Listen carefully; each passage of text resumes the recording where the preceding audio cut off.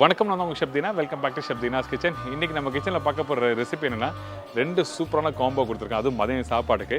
அந்த ரெசிபி என்ன கேட்டிங்கன்னா, மேத்தி புலாவ், அதாவது வெந்தயக்கீரை வச்சு பண்ணுற புலாவ். அதுக்கப்புறம் காலிஃப்ளவர் பட்டாணி குருமா எப்படி பண்ணுறது பார்க்க போகிறோம். இந்த மேத்தி புலாவ் பார்த்தீங்கன்னா பிரியாணிக்கு டஃப் கொடுக்கும். ஏன் கேட்டிங்கன்னா, நார்மலாக பிரியாணியும் நல்ல வாசனை கொடுக்கும். நிறைய பேர் நல்லா விரும்பி சாப்பிடணும் ஆசைப்படுவாங்களே. அதே மாதிரி இந்த வெந்தயக்கீரை வச்சு நான் சொல்கிற மெத்தடில் வீட்டில் ட்ரை பண்ணி பாருங்களேன். அப்படி ஒரு டஃப் கொடுக்கும். அந்தளவுக்கு ஃப்ளேவர் சூப்பராக கிடைக்கும். அது மட்டும் இல்லை, இந்த ரெசிபி வந்து சட்டுன்னு நீங்கள் வீட்டில் பண்ணலாம். அதிகபட்சம் சமைக்கிற டைம் பார்த்தீங்கன்னா 5 நிமிஷம் தான். வெங்காயம் தக்காளி லைட்டாக வதக்கிட்டு அதுக்கப்புறம் இந்த வெந்தயக்கீரை, இந்த அரிசி எல்லாத்தையும் போட்டு தம் பண்ண ரெடி. அவ்வளோ சூப்பர் ரெசிபி இது. அதே மாதிரி இந்த மாதிரி ரெசிபி காலிஃப்ளவர் பட்டாணி குருமா ரொம்ப நல்லாயிருக்கும். அதனால இன்றைக்கி இந்த காம்போவில் கொடுத்துருக்கேன். இப்போ இந்த ரெசிபிக்கு தேவையான பொருட்கள் பார்த்தலாமா?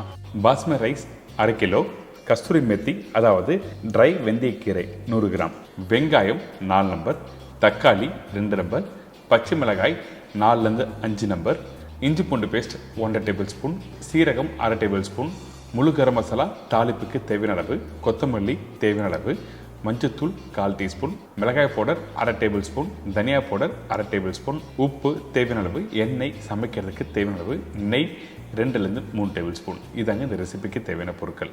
இந்த வெந்தயக்கீரை புலாவ், அதாவது மேத்தி புலாவ் ரெடி பண்ணுறதுக்கு நம்ம என்ன பண்ணுறோம், நம்மக்கிட்ட இருக்க இந்த மேத்தி காஞ்ச வெந்தயக்கீரை நம்ம என்ன பண்ணுறோம், கொஞ்சம் தண்ணி ஊற்றி நல்லா அலசி எடுத்துகிறோம்.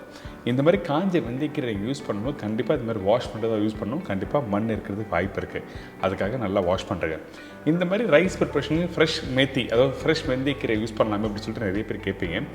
நம்ம யூஸ் பண்ணலாம், ஒன்றும் தவறு எதுவுமே இல்லை. ஆனால் நல்ல வாசனை ஃப்ளேவர் வேணுன்னா இந்த மாதிரி காஞ்ச வெந்தயக்கீரை யூஸ் பண்ணால் ரொம்ப நல்லாயிருக்கும். அதுக்காக தான் இந்த ரெசிபிக்கு இந்த மாதிரி யூஸ் பண்ணுறேன். அது மட்டும் இல்லைங்க, பர்டிகுலராக பிரியாணினாவே நல்ல வாசனை இருக்குது. பார்த்தீங்களா, பிரியாணிக்கு டஃப் கொடுக்குற ஒரு ரெசிபி பார்த்தீங்கன்னா இந்த மாதிரி மேத்தி புலாவ். சட்டுன்னு 5 நிமிஷத்தில் இந்த மாதிரி ரெசிபி நீங்கள் வீட்டில் ட்ரை பண்ணி பார்க்கலாம். வீட்டில் இருக்க மக்களும் சம்திங் டிஃப்ரெண்ட்டாக பண்ணியிருக்காங்க அப்படின்னு சொல்லிட்டு நல்லா விரும்பி சாப்பிடுவாங்க. இப்போ இந்த காஞ்ச வெந்தயக்கீரை ரெடி ஆகிடுச்சு. இதுக்கப்புறம் நம்ம என்ன பண்ணுறோன்னா தாளிப்பை போட்டு இந்த ரெசிபி ஸ்டார்ட் பண்ண போகிறோம்.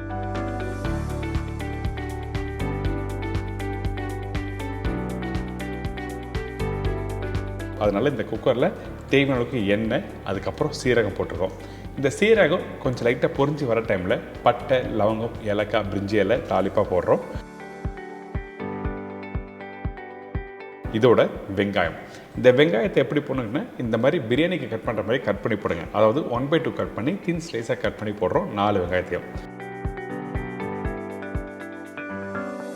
இந்த வெங்காயம் போட்ட உடனே பச்சை மிளகாய். ரொம்ப நேரம் வெங்காயம் வதங்க வேண்டிய அவசியமே இல்லை, சரிங்களா? அதாவது தாளிப்பில் வெங்காயம் போட்டு 2 செகண்ட் மிக்ஸ் பண்ணிவிட்டு அதுக்கப்புறம் காரத்துக்கு ஏற்ற மாதிரி பச்சை மிளகாய் போடுங்க. இந்த பச்சை மிளகாய் போட்ட பிறகு இஞ்சி பூண்டு பேஸ்ட்டு போடுறோம்.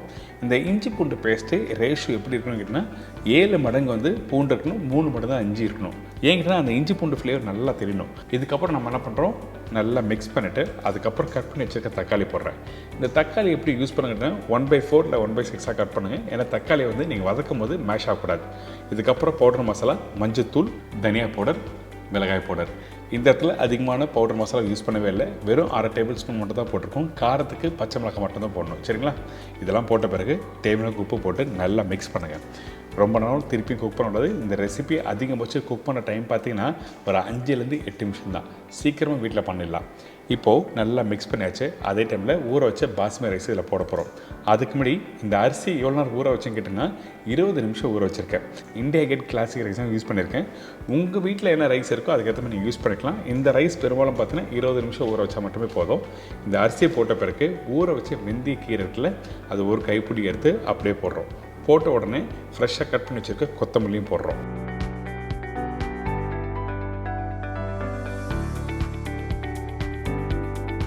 அப்படியே அந்த ரைஸு அந்த மசாலாவை நல்லா மிக்ஸ் பண்ணுங்க. மிக்ஸ் பண்ணும்போது கவனமாக கவனிக்க வேண்டிய விஷயம் என்ன கேட்டோன்னா, அந்த ஊறின அரிசி உடையக்கூடாது. அதனால் மெதுவாக மிக்ஸ் பண்ணுங்கள். அதுக்கு பிறகு தேவையான தண்ணி ஊற்றுறோம். இந்த இடத்துல தண்ணியோட அளவு என்ன கேட்டிங்கன்னா, எந்த கப்பில் அரிசி ஊற வைக்கிறீங்களோ அதே கப்பில் மெஷர் பண்ணிக்கோங்க. அதாவது 1க்கு 1.25 கப்பு கரெக்டாக இருக்கும் தண்ணி. கொஞ்சம் அரிசி அதிகமாக ஊறிச்சுன்னா 1.25, கொஞ்சம் அரிசி ஊறாமல் அப்படியே போட்டிங்கன்னா ஒரு 1/4 கப்பு எக்ஸ்ட்ரா வைக்கலாம். இதுதான் மெஷர்மெண்ட்டு.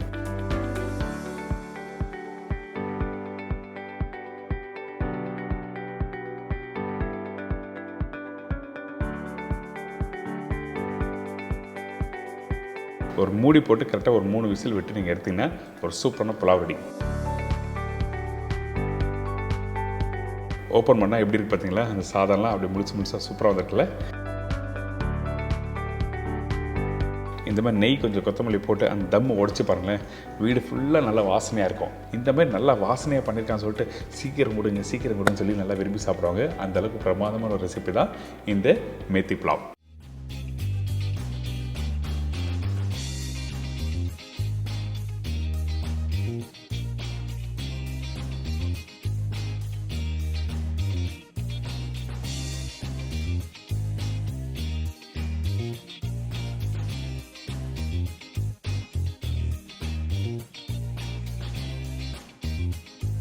இந்த மேத்தி புலாவோட ஒரு சூப்பரான காலிஃப்ளவர் பட்டாணி குருமா எப்படி பண்ணுறது பார்க்க போகிறோம். நம்ம என்ன தான் மேத்தி புலாவ் நல்லா வாசனையாக பண்ணாலும் கொஞ்சம் எதனா ஒரு கிரேவி தான் நல்லாயிருக்கும்ல. அதனால தான் நம்ம என்ன பண்ணுறோன்னா இந்த காலிஃப்ளவர் பட்டாணி குருமா எப்படி பண்ணுறது பார்க்க போகிறோம். இப்போ இந்த ரெசிபிக்கு தேவையான பொருட்கள் பார்த்தலாமா? Cauliflower 1 number, dry green peas 50 gram, தேங்காய் 5 பத்தை, முந்திரி பருப்பு 15 நம்பர், சோம்பு 1 டீஸ்பூன், பச்சை மிளகாய் 5லேருந்து 6 நம்பர், இஞ்சி பூண்டு பேஸ்ட் 1 டேபிள் ஸ்பூன், பெரிய சைஸ் வெங்காயம் 2 நம்பர், மீடியம் சைஸ் தக்காளி 2 நம்பர், கருவேப்பிலை சிறிதளவு, கொத்தமல்லி தேவையான அளவு, சோம்பு பவுடர் சிறிதளவு, உப்பு தேவையான அளவு, நெல்லெண்ணெய் சமைக்கிறதுக்கு தேவையான அளவு, தேங்காய் எண்ணெய் 1 டேபிள் ஸ்பூன். இதாங்க காலிஃப்ளவர் பட்டாணி குருமாக்கு தேவையான பொருட்கள். இந்த காலிஃப்ளவர் பட்டாணி குருமா பண்ணும்போது ஃபர்ஸ்ட் நம்ம தேவையான விசம்பல் ரெடி பண்ண போகிறோம். அதாவது நம்ம கிட்ட இருக்க இந்த தேங்காய், அதுக்கு பிறகு முந்திரி பருப்பு. இந்த முந்திரி பருப்பு எதுக்காக இந்த தேங்காய் போட்டு அரைக்கிறது கேட்டீங்கன்னா, ஒன்று வந்து ரிச்னஸ் கொடுக்கும், இன்னொன்று வந்து ஒரு ஸ்மூத்தான ஒரு பேஸ்ட் கொடுக்கும். அதனால தான் முந்திரி பருப்பு இந்த இடத்துல யூஸ் பண்ணுறோம். இதுக்கு பிறகு சோம்பு, பச்சை மிளகாய் 2 போட்டிருக்கேன். கொஞ்சமாக தண்ணி ஊற்றி நல்லா அரைச்சிருங்க. அரைக்கிற பக்குவம் என்ன கேட்டீங்கன்னா, கரெக்டாக 90% அளவுக்கு அரைச்சி எடுத்துருங்க. எதுக்காக பக்குவம் கரெக்டாக சொல்கிறேன் கேட்டீங்கன்னா, சில பேர் தேங்காய் அரைப்பாங்க, கொஞ்சம் குறை அரைச்சிருவாங்க. அது ஒரு சில ப்ரிப்பரேஷன் நல்லாயிருக்கும். ஆனால் இந்த மாதிரி ரெசிபிக்கு கண்டிப்பாக ஒரு 90% அரைச்சாதான் உங்களுக்கு கரெக்டாக டெக்ஸ்சர் கொடுக்கும், கெட்டியாக வரும்.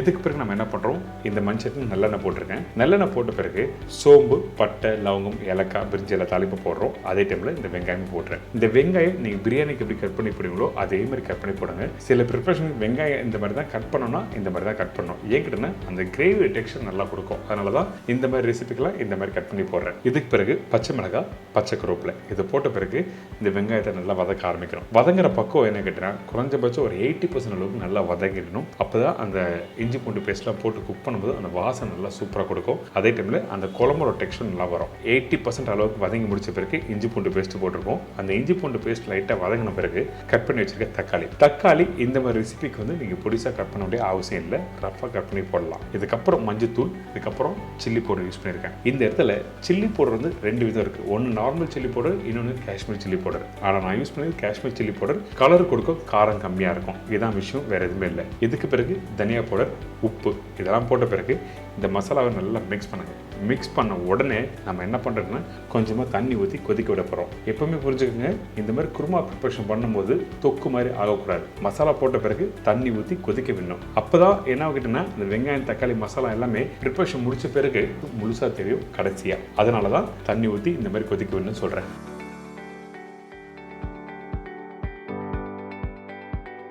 இப்போ பார்த்தீங்கன்னா நல்லா கொதிச்சு வருதா.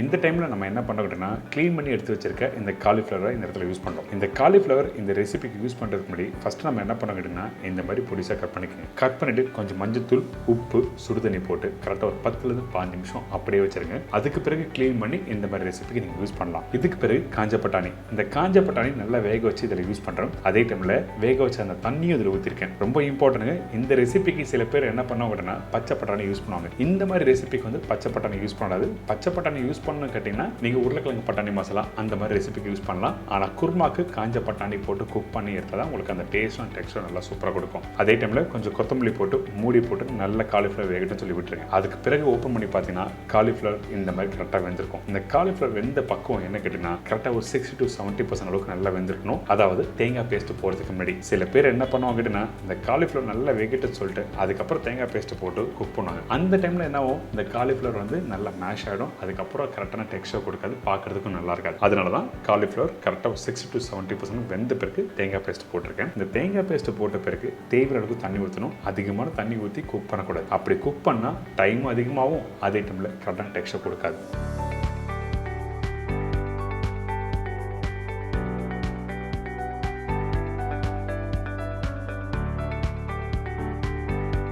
கடைசியாக கொஞ்சம் கொத்தமல்லி, கருவேப்பிலை, தேங்காய் எண்ணெய். தேங்காய் எண்ணெய் எதுக்காக கடைசியாக யூஸ் பண்ணுறோம்? ஸ்டார்டிங்லேருந்து நல்லெண்ணெய் போட்டிருக்கேன் அப்படி கேட்டிங்கன்னா, தேங்காய் எண்ணெய் வந்து கடைசியாக ஜஸ்ட் ஒரு டேபிள் ஸ்பூன் போட்டு நல்லா மிக்ஸ் பண்ணி எடுத்தீங்கன்னா அந்த ஃப்ளேவர் நல்லா சூப்பராக கொடுக்கும். அதுக்கு பிறகு கொஞ்சம் சோம்பு போட்டு நல்லா மிக்ஸ் பண்ணி ஒரு சூப்பரான காலிஃப்ளவர் பட்டாணி குருமா ரெடி.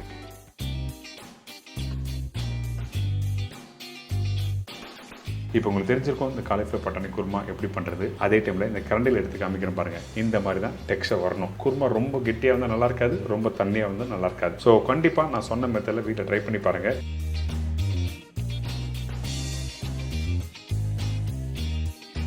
என்னங்க பார்த்தீங்களா, ரொம்ப ஈஸியான ஸ்டைலில் இந்த மாதிரி ரைஸ் ரெசிபி வீட்டில் பண்ண முடியுமா கேட்டால் கண்டிப்பாக பண்ணலாம். அதனால தான் இன்றைக்கி இந்த வெந்தயக்கீரை புலாவ் எப்படி ரெடி பண்ணுறது சொல்லி கொடுத்துருக்கேன். இதே மாதிரி நாளைக்கு இன்னொரு சூப்பர் ரெசிபி சந்திக்கிறேன். நன்றி, வணக்கம், see you, bye, take care.